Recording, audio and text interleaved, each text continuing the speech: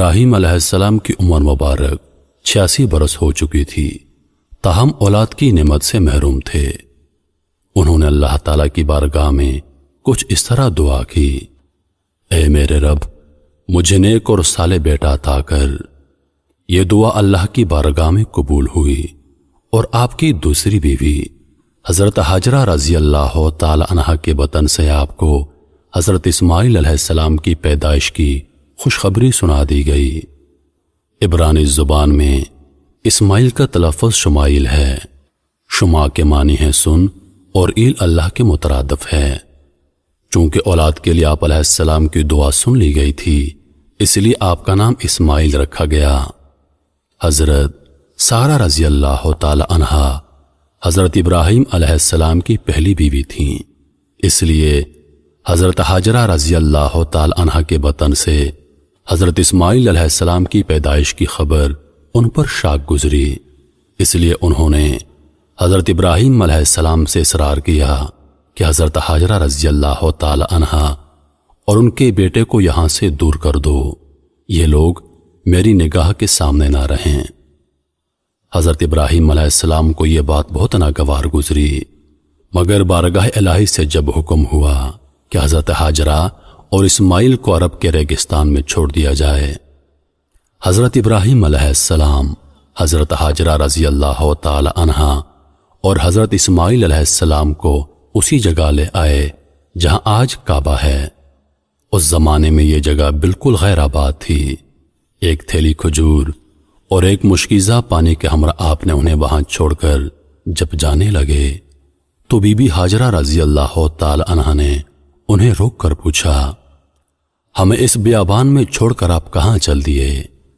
حضرت ابراہیم علیہ السلام کی خاموشی پر حضرت بی بی حاجرہ رضی اللہ تعالی عنہا نے پوچھا: کیا یہ میرے رب کے حکم سے ہے؟ حضرت ابراہیم علیہ السلام نے ہاں میں جواب دیا۔ تب بی بی حاجرہ رضی اللہ تعالی عنہا نے انہیں جانے دیا اور فرمایا: ہمارے لیے اللہ ہی کافی ہے۔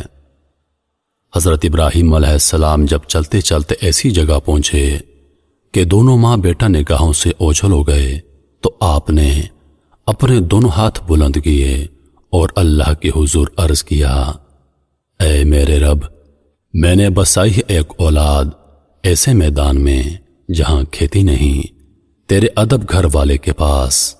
اے رب، ہمیں تا قائم رکھ رب۔ اے رب، بعض لوگوں کے دل جھکتے ان کی طرف اور ان کو روزی عطا فرما اپنے فضل سے تاکہ یہ شکر کریں۔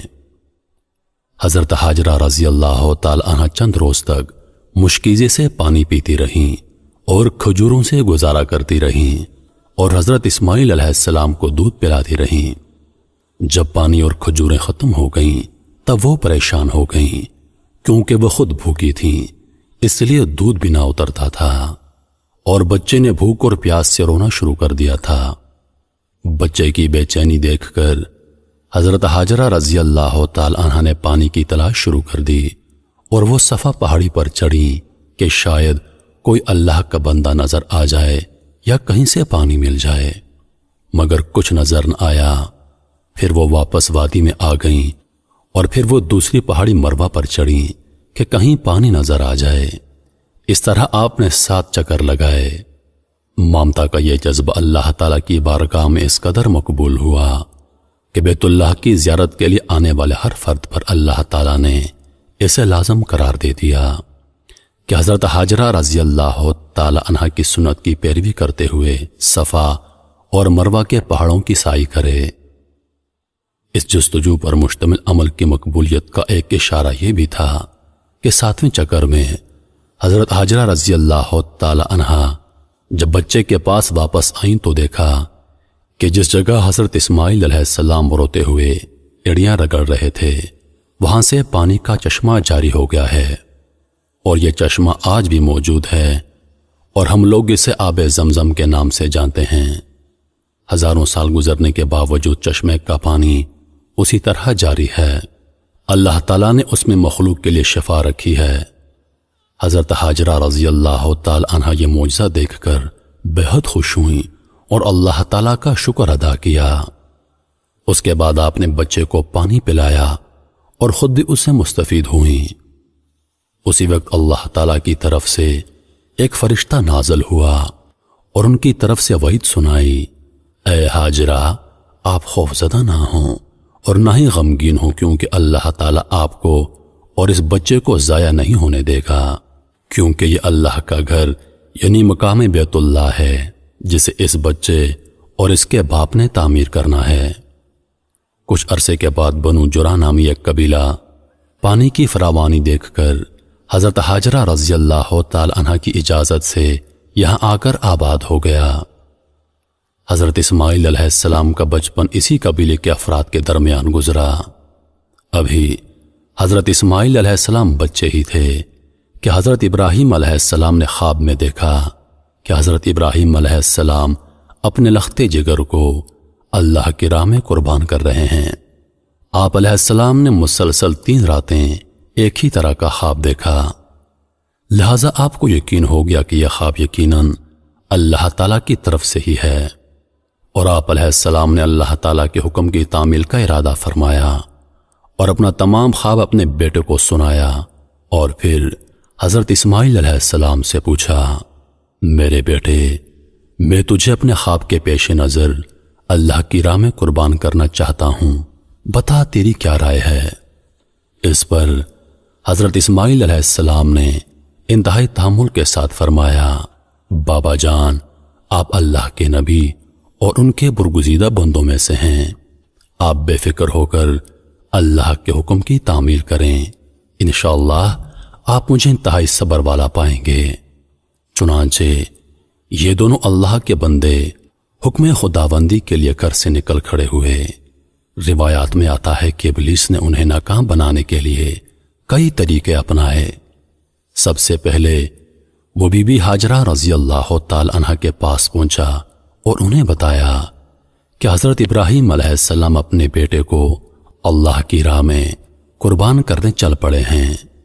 اس پر بی بی ہاجرہ رضی اللہ تعالی عنہ نے فرمایا، اسماعیل ہماری اکلوتی اولاد ہے، ابراہیم ایسا نہیں کر سکتے۔ پھر ابلیس نے کہا وہ اللہ کے حکم کے مطابق کر رہے ہیں۔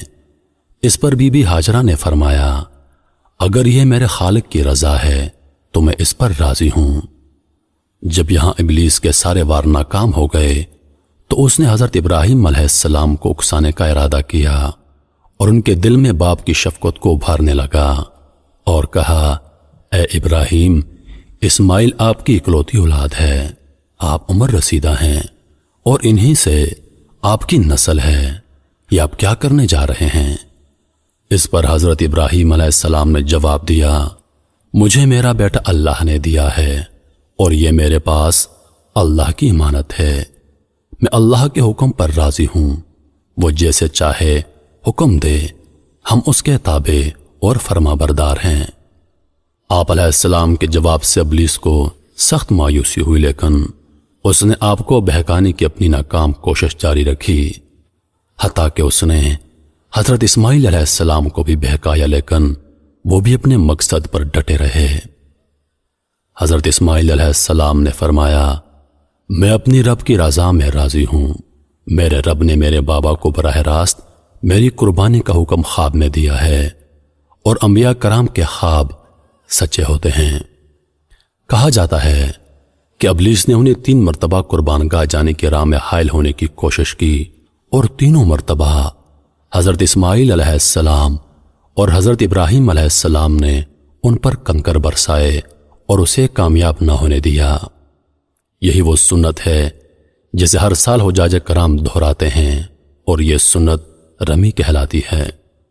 بالآخر دونوں باپ بیٹا وادی منع میں پہنچے، جہاں اسماعیل علیہ السلام کو ذبح کرنا تھا۔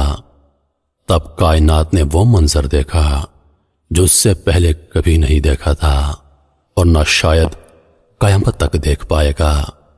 زمین و آسمان ساکت ہیں، کائنات حیران ہے، فرشتے عرش سے زمین پر عجیب منظر دیکھ رہے ہیں۔ تبھی اسماعیل علیہ السلام کہتے ہیں، ابا جان، آپ میرے دونوں ہاتھ اور دونوں پاؤں باندھ دیجئے تاکہ چھری چلاتے وقت آپ کو کوئی دقت نہ ہو، اور ابا جان، آپ مجھے زمین پر منہ کے بل لٹائیے گا تاکہ میرا چہرہ زمین کی طرف ہو۔ اگر میرا چہرہ آپ کی طرف ہوا تو کہیں آپ کو مجھ پر ترس نہ آ جائے اور آپ مجھے ذبح نہ کر پائیں۔ ابا جان، اپنی آنکھوں پر پٹی باندھ لیجئے گا اور ذبح کرنے کے بعد میرا کرتا میری ماں کو دے دیجئے گا تاکہ انہیں صبر آ جائے۔ باپ نے سب باتوں پر عمل کیا، بیٹے کا ماتھا چوما، پاؤں باندھے اور بیٹے کو زمین پر منہ کے بل لٹا دیا اور چھری چلا دی، لیکن چھری نے حضرت اسماعیل علیہ السلام کو نہ کاٹا کیونکہ اللہ کو کچھ اور ہی منظور تھا۔ حضرت ابراہیم علیہ السلام چھری چلاتے ہیں مگر چھری نہیں چلتی، آپ اور زور لگاتے ہیں مگر چھری ہے کہ چلنے کا نام نہیں لیتی۔ آپ علیہ السلام چھری سے فرماتے ہیں، اے چھری، تو کیوں نہیں چلتی؟ میرے ننھے اسماعیل کا گلا تو بہت نازک ہے، تو کیوں نہیں چلتی؟ عرش پر فرشتے خاموش، زمین پر ایک انسان کے اللہ سے محبت کا عجیب منظر دیکھ رہے ہیں۔ تب اللہ پاک عرش سے حضرت جبریل علیہ السلام سے فرماتے ہیں، اے جبریل جاؤ اور جنت سے مینڈا لے جاؤ، میرا خلیل پیچھے نہیں ہٹے گا، جاؤ اور اس کی قربانی کرو۔ تب حضرت جبریل علیہ السلام جنت سے مینڈا لے جاتے ہیں اور حضرت اسماعیل علیہ السلام کو چھری کے نیچے سے ہٹایا اور مینڈا رکھ دیا۔ اب چھری کو چلنے کی اجازت ملی اور چھری چل گئی۔ تب حضرت ابراہیم علیہ السلام کے ہاتھوں پر گرم خون لگا اور بے ساختہ آپ کی زبان سے نکلا، اللہ اکبر، یا اللہ تیرا شکر ہے۔ مگر جب آنکھوں سے پٹی اتاری تو حضرت اسماعیل علیہ السلام صحیح سلامت ایک طرف بیٹھے ہیں۔ حضرت ابراہیم علیہ السلام کی تابعداری اور حضرت اسماعیل علیہ السلام کی فرمانبرداری بارگاہ الہی میں قبول ہوئی اور اللہ نے حضرت اسماعیل علیہ السلام کو ذبح ہونے سے بچا لیا، اور ان کی جگہ جس جانور کی قربانی دی گئی اس سے متعلق روایات میں آتا ہے کہ وہ جنت سے لایا گیا ایک مینڈا تھا۔ یہی وہ قربانی ہے جس کو تا قیامت امت مسلمہ کے لیے عملی نمونہ بنا دیا گیا ہے۔ اس واقعے کا ذکر اللہ پاک نے قرآن مجید میں اس طرح بیان فرمایا ہے، اور ہم نے اس کو پکارا یوں، اے ابراہیم، تو نے سچ کر دکھایا خواب، ہم یوں دیتے ہیں بدلہ نیکی کرنے والوں کو، بے شک یہی سرہی جانچنا، اور اس کا بدلہ دیا ہم نے ایک جانور ذبح کو۔ تو یہ تھا وہ عظیم قربانی کا واقعہ جس کو تمام مسلمان عید الاضحیٰ کو مناتے ہیں۔